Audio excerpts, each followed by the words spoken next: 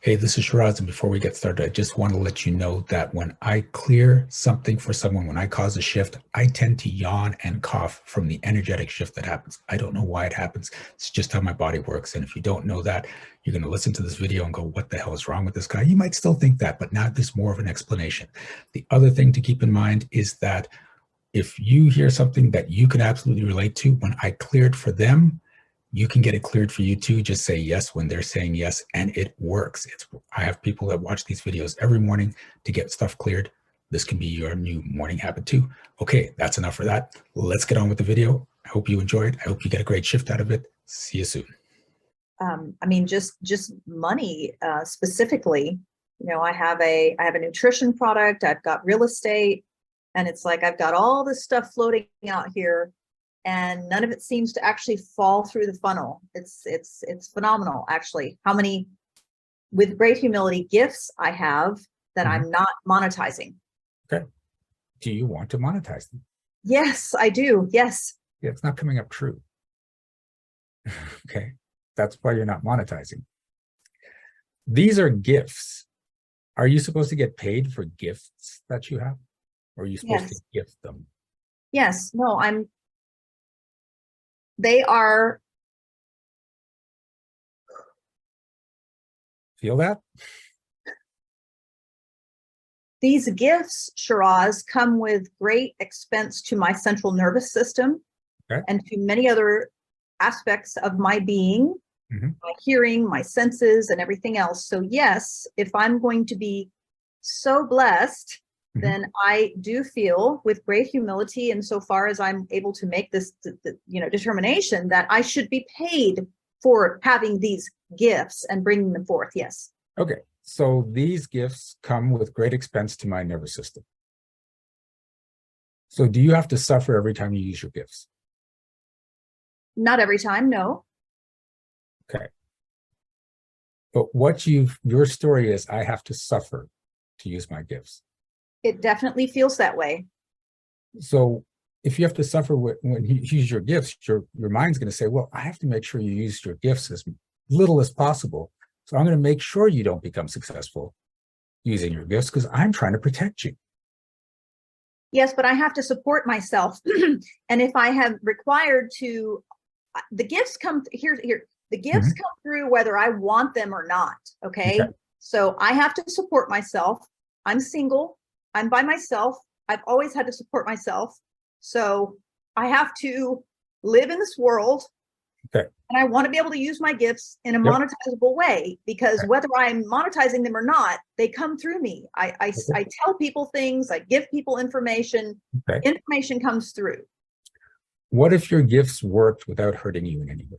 That would be fantastic. But I also do want to be paid for them. I've been doing this for years for free. I get that. But what would happen if people paid you and you use your gifts and there was no suffering involved? There was no hit on the nervous system. That would be amazing. Yeah, be wonderful. Okay. And here's the thing, that's not coming up true. So do your gifts have to come at a cost?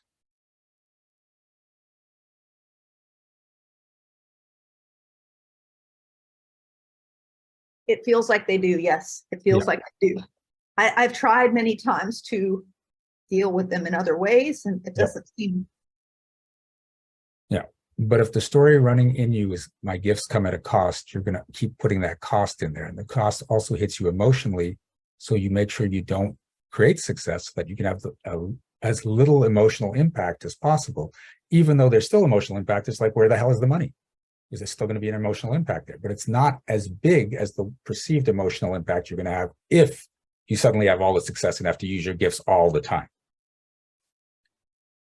But the underlying story we have to look at is there's a cost for using your gift.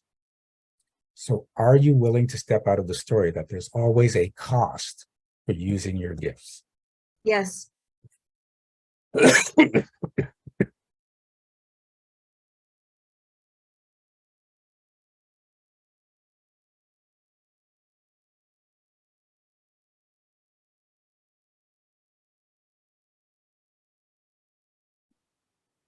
Moving it out a little bit more general, are you willing to step out of the story that there's always a price to pay?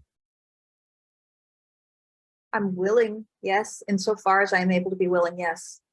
Okay, so I want you to get into a solid yes, because that insofar is sort of a wishy-washy yes.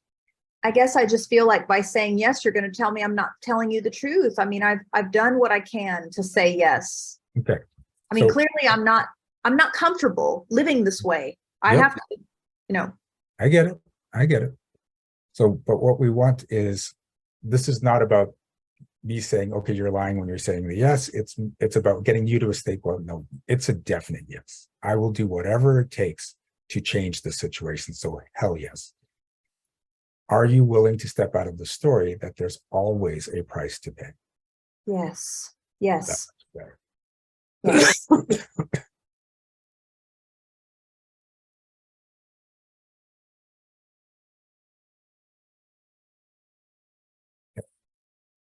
See, and this is a cliche that's been around for a long time. There's always a price to pay, right?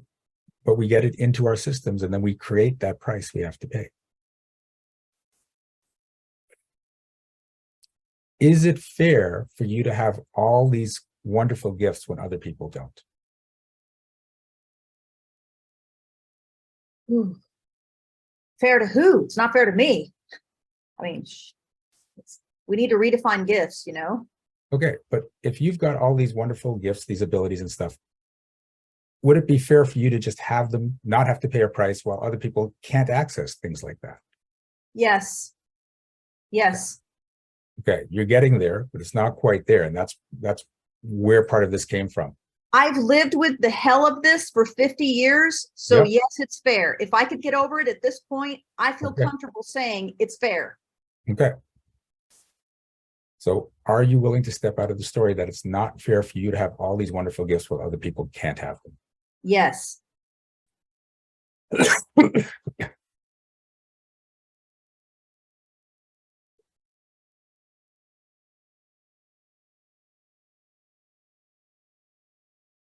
Okay. Okay. So now, is it okay to get paid for your gifts? Yes. Paid That's feeling well. better. Okay. That's feeling better. There's still some resistance there. Oh, it's the other side. Are people willing to pay a lot for your gifts?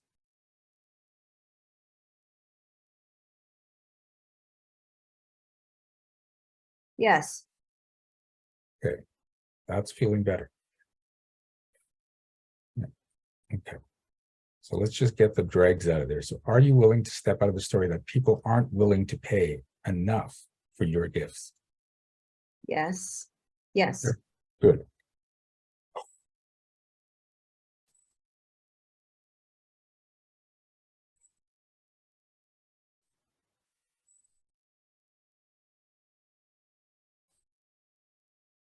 Okay.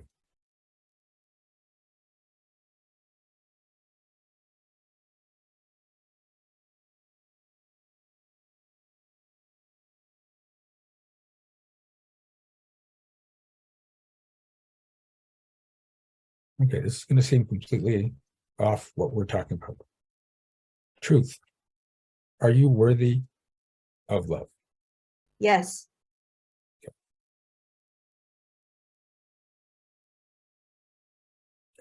There's something in there. Do you get enough love?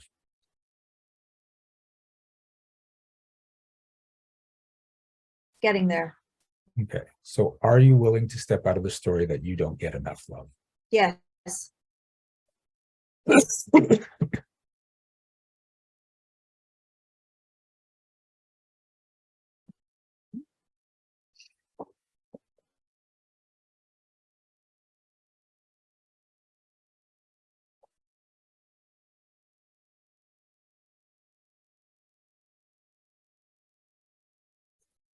How's that feel?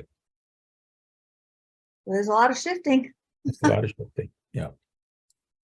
This is the thing. Like that was sort of, it was coming up there that if the story is I don't get enough love, then you create it. It's always beliefs first, reality second. So we remove that belief and more love can show up for you. But I also want you to understand that you are a source of love. And when you believe you need to get love from other people, you're now, you know, you now need those people. They are the source of your satisfaction, your love. And when you make yourself the person that gives love, now when they send it back to you, it's just a reflection of what's going on inside you. So instead of doing things for love, I want you to do things from love.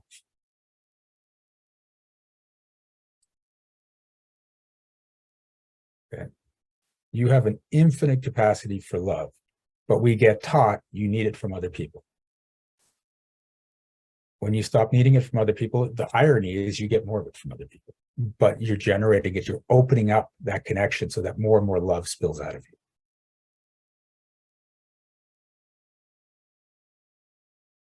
Right? And that love that you receive can take many forms, including money.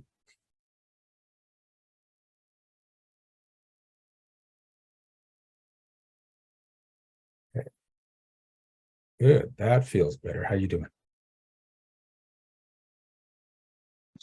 I'm just going on your words, which I know is not accurate here. So much, it's not words, but I just feel so much in my life like I've given,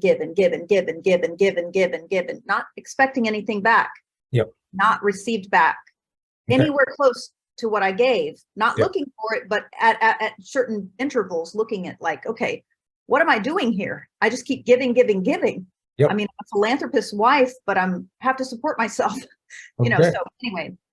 So here's the thing. If you identify yourself as a giver, you can't receive because you're a giver. Right? When you stop being a giver, this doesn't mean you stop giving. When you stop that identity of I'm a giver to I give, but I also receive, then you start receiving. Because when you receive and you're a giver, it feels wrong. You push that away. But there's a pride that comes in from I'm a giver. And givers, one of the phrases they use is I give and I give and I give.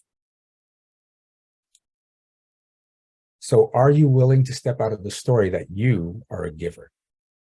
Yes.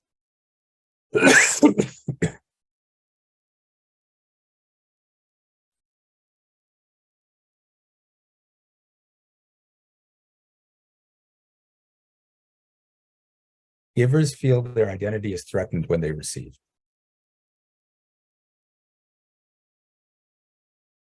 You may not feel it consciously, but unconsciously, it's no, I'm a giver. This should not be happening. And so you either stop it before it shows up, or you find a way to not take it. People will offer you things. You're like, no, I don't have to. You don't have to. It's fine. It's fine. Do you ever do that?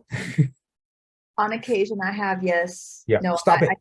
I hear what you're saying. Yeah, it does. It does threaten your. Yeah, you're right. Yeah, that's it. So stop being a giver. Still give. Stop being a giver. When people offer you, just receive graciously. Thank you. Absolutely. Last week, people were offering me food, like they were buying my meals all the time.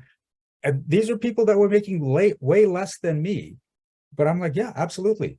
Because number one, when they gift to you, they feel great. And you're denying them that when you're like, no, it's okay. And when you keep receiving, you're telling the universe, yeah, I'm willing. Just keep it coming. Keep it coming. Keep it coming. Right. Receiving. Indeed. Okay. Thank you. Thank you very much. You're welcome. Thank you so much for watching this video. Please give it a like. And if you had a shift of your own, I'd love to hear about it in the comments. Also, check out the description for energetic magic events that you can attend every single month. Be well, be aware, and be magical.